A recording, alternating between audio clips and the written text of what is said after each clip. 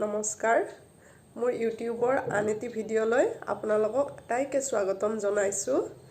আজিৰ ভিডিঅ'টিত মই আপোনালোকক গীতালি বৰাৰ অন্তৰতম উপন্যাসখন সম্পৰ্কে কিছু কথা জনাম।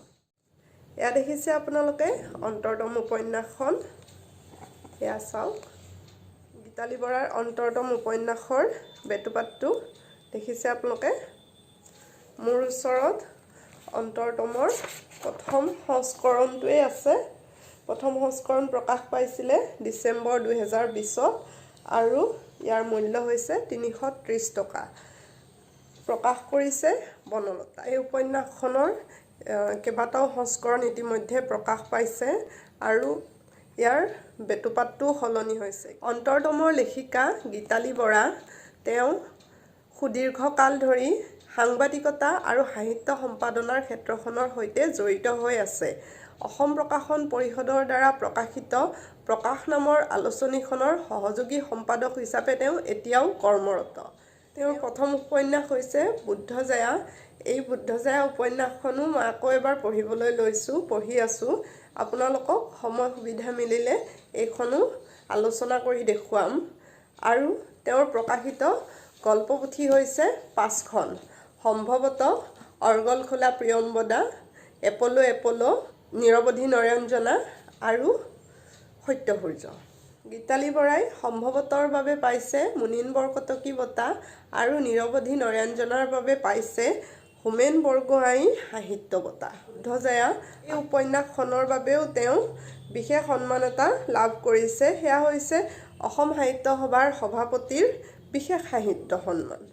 অন্তৰতম নামেই যাৰ চিনাকি, অন্তৰৰ নিভৃত কোণৰ পৰা যেন ওলাই আহিছে ইয়াৰ প্ৰতিটো বাক্য, প্ৰতিটো শব্দ। ঔপন্যাসিকে অন্তৰতম উপন্যাসখন বিশেষভাৱে সক্ষম শিশুসকলৰ মাতৃৰ হাতত তুলি দিছে।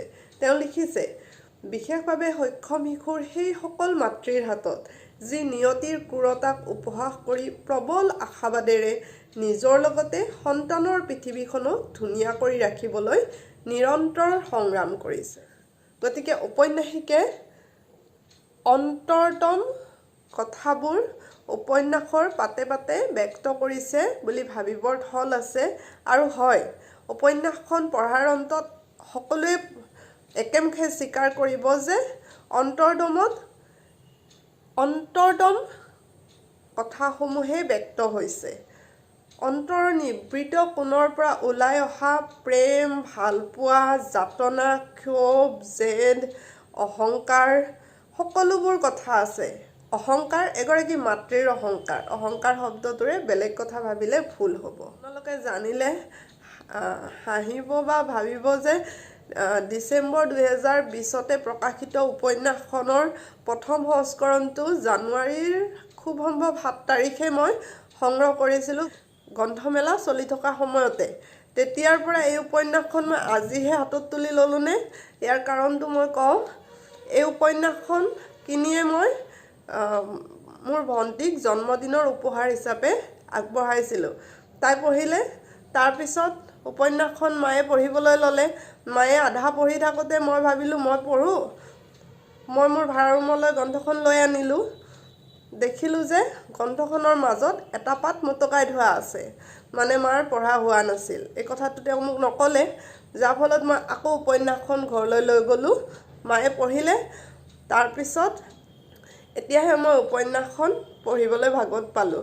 গতিকে উপন্যাসখন হাতত পৰাৰ লগে লগে মই ইয়াক গৌগ্ৰাসে গিলিলোঁ। 2 দিন হ'ল উপন্যাসখন পঢ়া, কিন্তু মই উপন্যাসখন কেনেদৰে আপোনালোকৰ আগত দাঙি ধৰিম এই কথাটো ভাবি পাৰ পোৱা নাছিলোঁ। তাতোকৈ ডাঙৰ কথা, অন্তৰতম কথাবোৰে মোক এনেকৈ মোৰ মনোৰাজ্যত অধিকাৰ কৰি আছিল, তাৰ পৰা ওলাই আহিবলৈ মোক বহুত সময় লাগিল।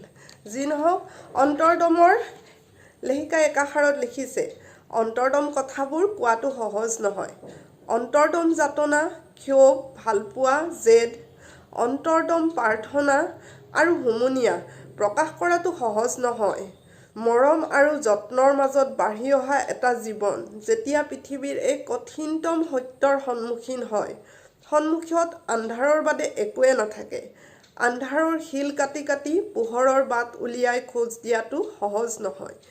কিন্তু যদিহে সেই কঠিনতম সত্যই পোহৰৰ শিখা হৈ উঠে অথবা জোনাকী পৰুৱা, ঠিকেই অন্তৰ্দম কথাবোৰ কোৱাটো সহজ নহয়। কিন্তু লেখিকাই অন্তৰ্দম কথাবোৰ কৈছে, লিখি গৈছে। উপন্যাসখন পঢ়িবলৈ আৰম্ভ কৰাৰ পূৰ্বেই উপন্যাসখনত সন্নিৱিষ্ট লেখিকাৰ একাষাৰ পঢ়ক। একাষাৰৰ প্ৰতিটো বাক্যই আপোনাক উপন্যাসখনৰ ভিতৰচৰাত সোমাবলৈ উদগ্ৰীৱ কৰি তুলিব। ছেমি অটোবায়োগ্ৰাফিকেল নভেল বুলি কৈছে তেওঁ। সম্পূৰ্ণভাৱে আত্মজৈৱনিক নহ'লেও কল্পনা আৰু নিজৰ জীৱনৰ সংমিশ্ৰণত তেওঁ এই উপন্যাসখন ৰচনা কৰিছে। আৰু এই উপন্যাসখন গীতালি বৰা আৰু তেওঁৰ জীয়ৰী চিলক কেন্দ্ৰ কৰি। চিল বিশেষভাৱে সক্ষম শিশু আৰু গীতালি বৰাৰ জীয়ৰী চিলক ট্ৰিটমেণ্ট কৰা ডাক্তৰ কুলদীপে এবাৰ জীয়ৰীৰ ট্ৰিটমেণ্টক লৈ ভাগি পৰা অৱস্থাত কৈছিলে তেওঁ গড চোজেন ওমেন বুলি। উপন্যাসখন পঢ়ি বুজিছোঁ ডাক্তৰ কুলদীপে ঠিকেই কৈছিল। সকলো শিশু ভগৱানৰ সন্তান। বিশেষভাৱে সক্ষম শিশুসকল ভগৱানৰ বিশেষভাৱে প্ৰিয় সন্তান। তেওঁ এনে শিশুক সেইবোৰ মানুহৰ জীৱনলৈকেহে পঠিয়ায় যি বিশেষ, যি এনে এটি শিশুক মৰম, যত্ন আৰু ভালপোৱাৰে সামৰি ৰাখি ডাঙৰ কৰিব পাৰে। ইউ আৰ এ গড চোজেন ওমেন। একদম ঠিক কথা। 412 পৃষ্ঠাৰ এখন বৃহৎ কলেবৰৰ গ্ৰন্থ অন্তৰ্দম। অথচ উপন্যাসখন পঢ়ি আপোনাৰ অকণো আমনি নালাগে। উপন্যাসখন পঢ়ি যাওঁতে আপুনি অন্তৰ্দম যাতনাবোৰ হৃদয়ত অনুভূত হ'ব। অন্তৰ্দম প্ৰাৰ্থনাবোৰেৰে আপুনিও ভগৱানক প্ৰাৰ্থনা কৰিব। আপোনাৰো জেদ বাঢ়ি যাব, ক্ষোভ হ'ব, চিলৰ প্ৰতি ভালপোৱা অনুভৱ হ'ব। উপন্যাসখনৰ চৰিত্ৰ চুম্পা আৰু যিহেতু গীতালি বৰাৰ জীয়ৰী চিল একেটাই চৰিত্ৰ বুলি গম পাইছিলোঁ। বিশ্বাস কৰক, ৰাতি 2-3 বজাতো উপন্যাসখন পঢ়ি থকা সময়ত মই ফেচবুকৰ পাতত গীতালি বৰাৰ প্ৰফাইল খুলি চিলক চাইছিলোঁ। উপন্যাসখনৰ আৰম্ভণি হৈছে চিলভিয়া প্লাথৰ এটি কবিতাৰ উদ্ধৃতিৰে। I shut my eyes and all the world drops dead. I lift my lids and all is born again. Chumpa নামৰ বিশেষ শিশুটিৰ চিজাৰ অহাৰ লগে লগে সন্মুখীন হোৱা মানুহৰ অমানৱীয় আচৰণৰ মাজতে মমতাময়ী মাতৃৰ সমানেই জোনাকী পৰুৱাৰ দৰেই পোহৰৰ ৰেঙনি যোগাই সহায়কাৰীৰ ৰূপত অৱতীৰ্ণ নাৰ্ছগৰাকীৰ সহায়। এই সহায়ৰেই জোনাকী পৰুৱা হৈ আন্ধাৰত পোহৰৰ বাট কাটি কাটি গুৱাহাটীলৈ নিয়া পথছোৱাৰ অভিজ্ঞতা ভাবিলেই ভয় লগা। চিলৰ বিশেষভাৱে সক্ষম অৱস্থাৰ পৰাই কাহিনীৰ গতি আৰম্ভ হৈছে, কাহিনীয়ে গতি পাইছে আৰু এই কাহিনীক কেন্দ্ৰ কৰিয়েই বিভিন্ন উপকাহিনী উপন্যাসখনত সংযোজিত হৈছে। প্ৰতিটো কাহিনীৰে নিজস্বতা আছে, অথচ ঘূৰি ঘূৰি একেটা বিন্দুতে কেন্দ্ৰীভূত হৈছে। চুম্পা প্ৰিয়াৰ পৰিপূৰক হিচাপে কাহিনীক গতি দিছে নীলম গাৰ্গীয়ে। নীলম গাৰ্গীৰ দৰেই আৰু কিছু পিতৃ-মাতৃ বিশেষভাৱে সক্ষম শিশু এই উপন্যাসখনত চিত্ৰিত হৈছে। জ্যোতিৰ্ময় তেনে এটি বিশেষভাৱে সক্ষম শিশু আৰু অঞ্জিতা নামৰ সেই সদ্যবিবাহিতা অভিনেত্ৰীগৰাকী যিয়ে অত্যন্ত সাহসিকতাৰে নিজৰ বিশেষভাৱে সক্ষম অৱস্থাৰ বিপৰীতে স্বামীৰ সহযোগিতাৰ অবিহনে সন্তানটি জন্ম দিবলৈ সক্ষম হৈছিল। এই কাহিনীৰ মাজতে পাকঘূৰণি খাই আছে আদিত্য, তন্ময়, অভিজ্ঞান, সৈকত আৰু নাৰী পুৰুষৰ বিচিত্ৰ সম্পৰ্কৰ খতিয়ান। মানুহৰ মাজৰ শাৰীৰিক মানসিক সম্পৰ্ক, চিন্তা চেতনাক মনোবিশ্লেষণাত্মক দৃষ্টিৰে যথাৰ্থ চিত্ৰণ কৰাত সক্ষম হৈছে ঔপন্যাসিক গীতালি বৰা। এহাল নৰনাৰীৰ প্ৰেমহীন সম্পৰ্ক এই উপন্যাসখনত দেখিবলৈ পোৱা গৈছে। অকল এহাল নৰনাৰীৰেই নে? আমাৰ সমাজখনত এনেকুৱা কিমান নৰনাৰী আছে যাৰ মাজত এনেকুৱা সম্পৰ্ক বৰ্তি আছে। উপন্যাসৰ পাতৰ পৰা দুটামান শাৰী আপোনালোকক শুনাইছোঁ। বহুদিন তাইৰ শৰীৰ অনাঘ্ৰাত, অস্পৰ্শিত হৈ ৰৈছে। প্ৰচণ্ড জেদ আৰু ক্ষোভে আচৰিত এক ধৰণৰ যাতনাই তৰপে তৰপে তাইৰ শৰীৰত বাহ বান্ধিছে। এই তৰপবোৰ কিজানি শিলৰ চামনি এখনৰ দৰে কঠিন। এই কাঠিন্য ভেদ কৰি তন্ময়ৰ স্পৰ্শই তাইৰ আত্মা চুবগৈ নোৱাৰে। আত্মা উদ্দোলিত নহ'লে তাইৰ শৰীৰ নাজাগে। একেদৰে পিতা পুত্ৰীৰ সম্পৰ্কৰ ক্ষেত্ৰতো অবিশ্বাসে ধুৱাই যোৱাৰ ফলত গাৰ্গী নামৰ নাৰীগৰাকীয়ে নিজৰ স্বামীকে নিজৰ পুত্ৰীৰ ক্ষেত্ৰত অবিশ্বাসৰ ভাৱেৰে যি ভাৱনাৰ অনুৰণন ঘটিছিল তাকো উপন্যাসিকে দেখুৱাইছে। শুনিবচোন। নীলা নাই। তন্ময়ে কোলাত শোৱা কোঠালৈ লৈ গৈছে তাইক। বিচনাখনত ধপকৈ বহুৱাই দিয়াকৈ তাইৰ মনলৈ যি ভাৱ আহিল তাৰ বাবে তাই নিজকে ধিক্কাৰ দিলে। কিন্তু তাইৰ পৃথিৱীখন অবিশ্বাসেৰে ভৰা। উপন্যাসিকে স্বামী স্ত্ৰীৰ মাজৰ অবিশ্বাসৰ যি ৰেঙনি তাকো দেখুৱাইছে। চিঞৰি আদিক পাকঘৰলৈ মাতিছিল তাই আৰু স্পষ্ট ভাষাৰে কৈছিল, মই জ্বলি যাবৰ বাবেই তুমি এই ব্যৱস্থা কৰিছিলা নহয়। অবাক, স্তম্ভিত, বিব্ৰত আদিত্যই প্ৰথমে একো বুজা নাছিল। যেতিয়া সি বুজি পাইছিল, প্ৰিয়াক সাৱটি ধৰি সৰ্বস্বান্ত মানুহৰ দৰে কান্দিছিল। উপন্যাসখনত আৰু কিছুমান মনস্তাত্ত্বিক বিশ্লেষণ আছে। যেনে ধৰক, এগৰাকী নাৰীয়ে যেতিয়া এগৰাকী পুৰুষক অৱমাননা বা অৱহেলা কৰে, তাৰ কিছুমান কাৰণ থাকে। সেই কাৰণ নুবুজি এগৰাকী পুৰুষে যেতিয়া নাৰীক জোৰকৈ পাব বিচাৰে, তেতিয়া নাৰীগৰাকীয়ে যেতিয়া সঁহাৰি নিদিয়ে, তেতিয়া পৌৰুষত্বত আঘাত লাগে। আৰু তেনে অৱস্থাত এগৰাকী পুৰুষে নাৰীক কেনেদৰে অপমানিত কৰিব পাৰে তাৰো ছবি উপন্যাসিকাই দাঙি ধৰিছে। নিশ্চল নিথৰ শৰীৰ আৰু তাইৰ শীতলতাই আদিত্যৰ পৌৰুষ অহংকাৰ জগাই তুলিলে। প্ৰচণ্ড খঙেৰে তাইৰ নিৰাৱৰণ শৰীৰৰ পৰা নিজকে আঁতৰাই আনিলে সি। তাৰ পাছত বিচনাত গুৰিয়াই যিমান পাৰি ঘৃণাভৰ্তি মাতেৰে কৈ উঠিল, তেজ মঙহেৰে সম্পূৰ্ণ সন্তান এটা জন্ম দিব নোৱাৰা এই শৰীৰৰ আকৌ ভেম চোৱা। কিহৰ ইমান অহংকাৰ তোমাৰ? এই শৰীৰ আচলতে পুৰুষে চোৱাৰ যোগ্যই নহয়, পোক পৰুৱাই খোৱাৰহে যোগ্য। প্ৰচণ্ড খঙত তাইৰ গাত ধুৱাই ধামকৈ দুৱাৰ খুলি আদিত্য তাইৰ কোঠাৰ পৰা ওলাই গ'ল। আকৌ উপন্যাসিকাই এনেকুৱা কিছুমান চিত্ৰও দাঙি ধৰিছে, যি চিত্ৰৰ মাজত বিচাৰি পোৱা যায় এগৰাকী নাৰীয়ে যিকোনো অৱস্থাতো, যিকোনো পৰিৱেশত পুৰুষগৰাকীক একান্তই সুতীব্ৰ ভালপোৱাৰে আৱৰি ৰাখিব পাৰে। তন্ময়ৰ মৃত্যুৰ পিছত গাৰ্গীৰ চেতনাত অনুৰণিত চিন্তাবোৰে, ভাৱবোৰে এই কথাকেই তুলি ধৰিছে। সৰুতে তাই বিশ্বাস কৰিছিল, মানুহ মৰিলে তৰা হয়। সেই বিশ্বাস যদি এতিয়াও থাকিলেহেঁতেন, তাই হয়তো সেই অকলশৰীয়া তৰাটোক তন্ময় বুলি ভাবিলেহেঁতেন আৰু এই বেলকনিৰ পৰাই বিৰবিৰাই ক'লেহেঁতেন, মই কেৱল তোমাকে ভাল পাইছিলোঁ তন্ময়, আনকি তুমি মোৰ পৰা আঁতৰি থাকোঁতেও। এতিয়াও মই তোমাকে ভাল পাওঁ, কেৱল তোমাক। তোমাৰ মৃত্যু মোৰো এক হত্যাৰ মৃত্যু। গাৰ্গীয়ে সৈকতৰ আগত এই কথাও প্ৰকাশ কৰিছে, গোটেই জীৱন, আনকি মোক ছলনা কৰাৰ পাছতো, তেওঁৰ মৃত্যুৰ পাছতো মই কেৱল তন্ময়কে ভাল পাওঁ।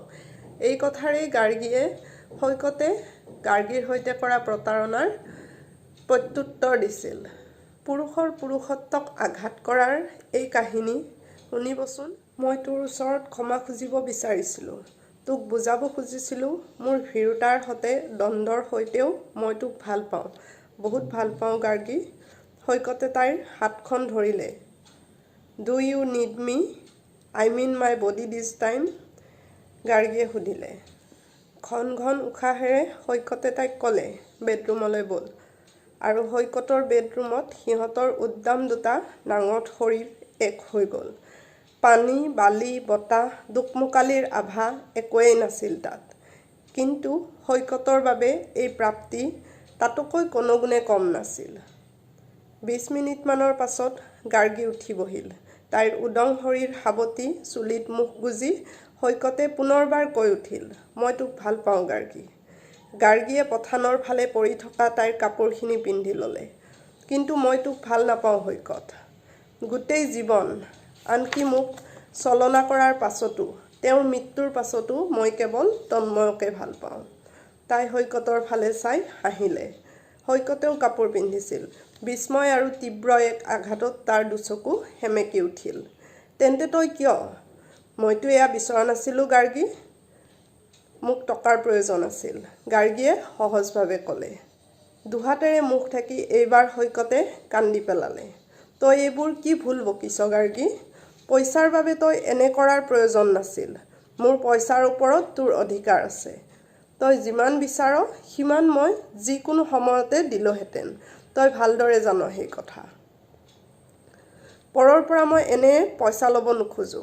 মই তোক মুহূৰ্তৰ বাবে শৰীৰ দিলোঁ, এতিয়া তই তাৰ মূল্য মোক দে। খং আৰু অপমানত ৰঙা পৰি গ'ল সৈকত। আচলতে সম্পৰ্কৰ যাদুকৰী মনোবিশ্লেষণ, উদ্ঘাটন, অন্বেষণ, অন্তৰতম উপন্যাস। তদুপৰি চিত্ৰশিল্প আৰু কথাশিল্পৰ সাংঘাতিক সুসমন্বয় ঘটিছে এই উপন্যাসখনত। চিত্ৰশিল্পী গাৰ্গী, তাইৰ জীয়ৰী নীলম আৰু কথাশিল্পী প্ৰিয়ম্বদা কাশ্যপ অৰ্থাৎ প্ৰিয়া। কাহিনীৰ প্ৰতীকাত্মক উপস্থাপনত চিত্ৰকৰ্মই বিশেষ ভূমিকা পালন কৰিছে, বিশেষকৈ অজগৰ কেন্দ্ৰিক যিবোৰ বৰ্ণনা। ঠায়ে ঠায়ে চিত্ৰকল্পৰ বৰণীয় প্ৰয়োগেও উপন্যাসখনক অধিক মনোমোহা কাব্যিক ৰূপদান কৰিছে। উপন্যাসখন বিশেষভাৱে সক্ষম শিশু ঝুম্পা কেন্দ্ৰিক হৈও ঝুম্পাৰ দৰেই প্ৰতিটো শিশুৰ কাহিনী, সমান্তৰালভাৱে আমাৰ সমাজখনৰ কাহিনী। প্ৰিয়াৰ দৰে এগৰাকী মাতৃৰ কাহিনী হৈও বিভিন্ন ধৰণে সংগ্ৰামত লিপ্ত সমাজৰ বিভিন্ন মাতৃ তথা নাৰীৰ কাহিনী, একোটা সংগ্ৰামী সত্তাৰ কাহিনী। তথাপিও জীৱন আশাৰ বাহক। ঔপন্যাসিকৰ ভাষাত জীৱন আমৃত্যু এক সংগ্ৰামৰে নাম। যাৰ শক্তি থাকে তেওঁকে অদৃষ্টই নিৰন্তৰ যুঁজিবলৈ আৰু জয়ী হ'বলৈ দিয়ে। আশাবোৰ ইমান ধুনীয়া, ইমান কোমল, পখিলাৰ দৰে, ফুলৰ দৰে, ৰঙা জিয়া অথবা শিমলু তুলাৰ দৰে। অন্তৰাত্মাৰ অতল গভীৰত থকা সত্যবোৰৰ অন্বেষণতো মানুহৰ জীৱন জিজ্ঞাসাৰ এটা অংশ।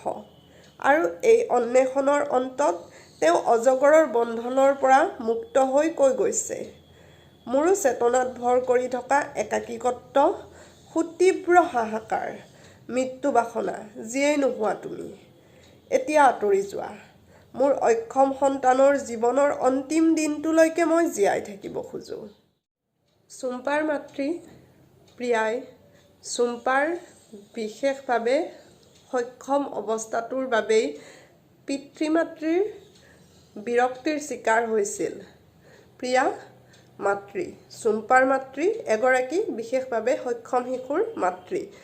তথাপিও ঝুম্পাৰ লগত জড়িত বিশেষভাৱে সক্ষম অৱস্থাটো আৰু তাৰ সৈতে যুঁজি যুঁজি প্ৰিয়াই যিটো এটা পৰিস্থিতিৰ মাজলৈ গৈছিল, এই সামগ্ৰিক অৱস্থাৰ মাজতে তেওঁ গোটেই সমাজখনৰ চিন্তাধাৰা, পুৰুষ-নাৰীৰ চিন্তাধাৰা, মানৱীয় অমানৱীয় দৃষ্টিভংগী, এই সকলোবোৰ ইমান স্পষ্টভাৱে অংকন কৰিছে যে পাঠকে এই কথাবোৰ নভবাকৈ উপন্যাসখন পঢ়ি অতাই থ'ব নোৱাৰে। প্ৰিয়াই এঠাইত লিখিছে, প্ৰিয়াৰ মনত পৰিল এদিন তাইক কোনোবাই সাক্ষাৎকাৰ এটাত অদ্ভুত প্ৰশ্ন এটা সুধিছিল, কোনটো জীৱন প্ৰিয় তাইৰ, ঝুম্পাৰ সৈতে এই জীৱন নে ঝুম্পা জীৱনলৈ অহাৰ আগৰ মুকলি জীৱন? এক মুহূৰ্ততে প্ৰত্যয়েৰে উত্তৰ দিছিল প্ৰিয়াই। সকলো শংকা আৰু যাতনাৰে সৈতে ঝুম্পাৰ সৈতে এই জীৱনেই মোৰ প্ৰিয়। ঝুম্পা জীৱনলৈ অহাৰ আগলৈকে জীৱনৰ সৈতে মোৰ এক ধৰণৰ বিচ্ছিন্নতা আছিল। ঝুম্পাই মোক জীৱনৰ সৈতে আঁতি আঁতি বান্ধি পেলালে। কাৰোবাৰ বাবে মোৰ জীৱন অতি আৱশ্যকীয়, এই কথাই মোৰ জীৱনক নতুন অৰ্থ দিলে। মই বুজি পোৱা হ'লোঁ সুখ কি, পৃথিৱী কিমান ধুনীয়া। শেষত আশাবাদী ঔপন্যাসিকাই চেতনাত অহৰহ মায়াবী অজগৰৰ অস্তিত্ব লৈ, বুকুত মহাশূন্যৰ ভাৰ লৈ অন্তৰ্দম সত্যৰ উদ্ঘাটন কৰিছে। With all its worries, life is beautiful. বিপুল যাতনাই মানুহৰ আত্মাক উত্তৰিত কৰে। সকলো যাতনা আৰু শংকাৰ মাজতো জীৱন অনন্য, পৃথিৱী ধুনীয়া। হাজাৰ একাকীত্ব যাতনা সকলোবোৰ আঁতৰাই থৈ, অপমান লাঞ্ছনা সকলোকে আঁতৰাই থৈ এগৰাকী মাতৃ হিচাপে প্ৰিয়ম্বদাই অৰ্থাৎ প্ৰিয়াই ঝুম্পাক লৈ তাইৰ যে জীৱনটো অনন্য সুন্দৰ তাক ঘোষণা কৰিছে। গাৰ্গীৰ জীয়ৰী নীলমৰ অসুখ বেছি হোৱাৰ চিত্ৰণেৰে উপন্যাসখনৰ সামৰণি ঘটাইছে। অৰ্থাৎ সকলো দুখ যন্ত্ৰণা বেয়া সকলোবোৰৰ মাজতে ভালো থাকে, বেয়াৰ মাজতে ভাল, ভালৰ মাজত বেয়া, সকলোবোৰক অনুভৱ কৰি কেৱল ভালটো বাছি লোৱা আৰু তেনেকৈ জীৱন সংগ্ৰামত আগবাঢ়ি যোৱা যেন ঔপন্যাসিক গীতালি বৰাই উপন্যাসখনৰ মাজেৰে তাকেই ক'বলৈ বিচাৰিছে। অলেখ যন্ত্ৰণাৰ মাজতো জীৱন ধুনীয়া। সকলোৱে এই কথাটো অন্তৰেৰে অনুভৱ কৰক। অন্তৰ্দম পঢ়াৰ সাৰ্থকতা তাতেই সকলো পাঠকে অনুভৱ কৰিব পাৰিব। ধন্যবাদ।